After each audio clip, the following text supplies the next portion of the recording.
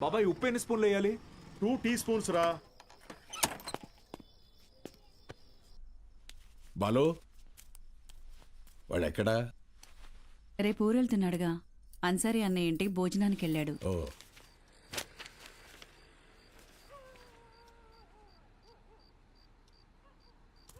ఏంటి బాబాయ్ ఇది? మొన్నే పిఎఫ్ వచ్చింది. దాంతో ఊటీలోకి 3 ఎకరాల భూమి కొన్నా.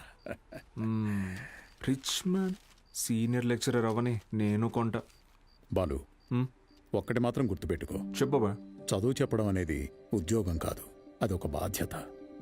నీ జీతం కంటే నీ స్టూడెంట్స్ జీవితాలకి విలువ ఎక్కువ.